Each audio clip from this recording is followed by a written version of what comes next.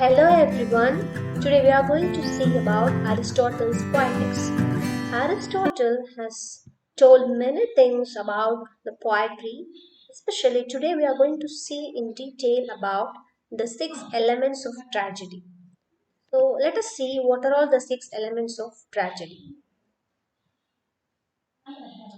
The first element of tragedy is plot, which was given much importance in Aristotle's Poetics.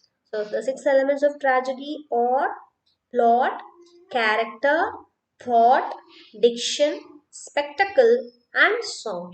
The plot indicates the arrangement of incidents in the story.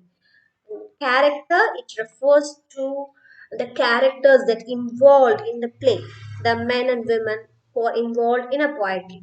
And then thought, it expresses whatever the men, the character says.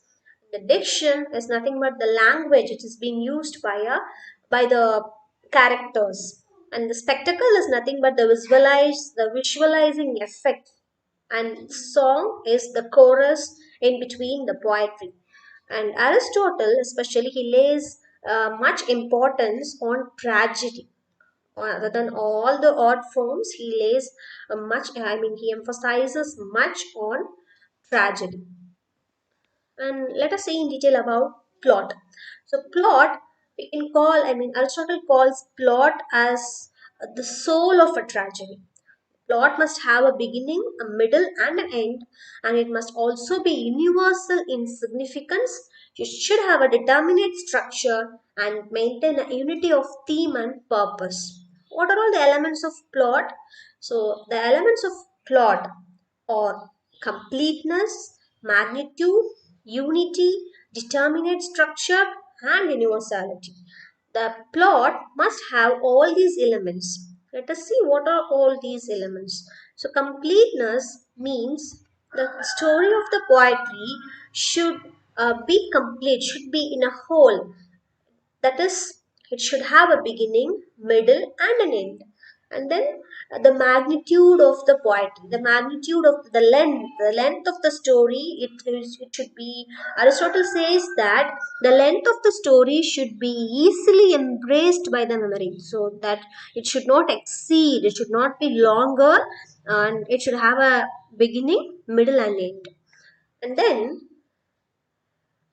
unity, it refers to the centering of all the plot's action around a common theme or idea. So every other actions, all the incidents or all the actions of the poetry should coincide with a particular theme, a common theme that must be yes, it should have a common theme, it should be surrounded, or it should be about a common theme or idea.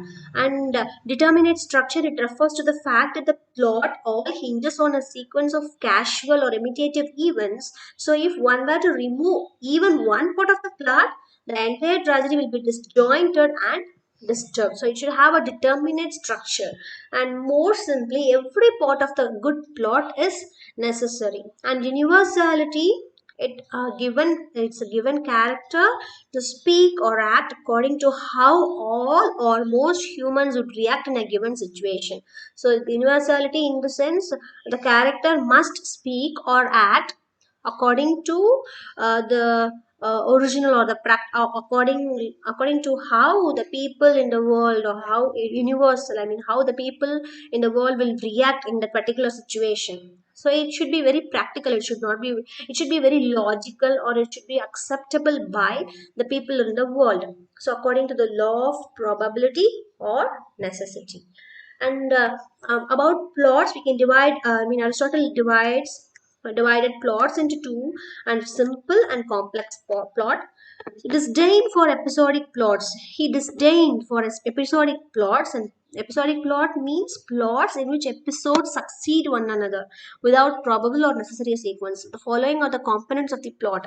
They are astonishment, reversal or peripeteia, recognition, and suffering.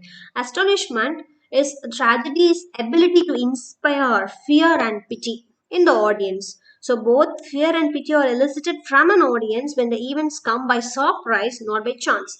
So that must be a um, uh, an astonished uh, plot or a story event or a storyline in the poetry, so that uh, the audience will get surprised, and that so and then only the writer, the poet can able to inspire fear and pity in the audience. And then the reversal is nothing but the change of fortune in the action of the play.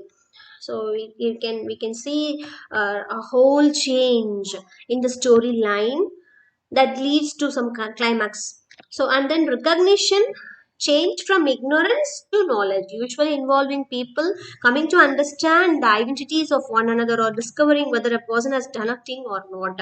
The recognition is also has also plays an important role, and it makes the character to come to know about something.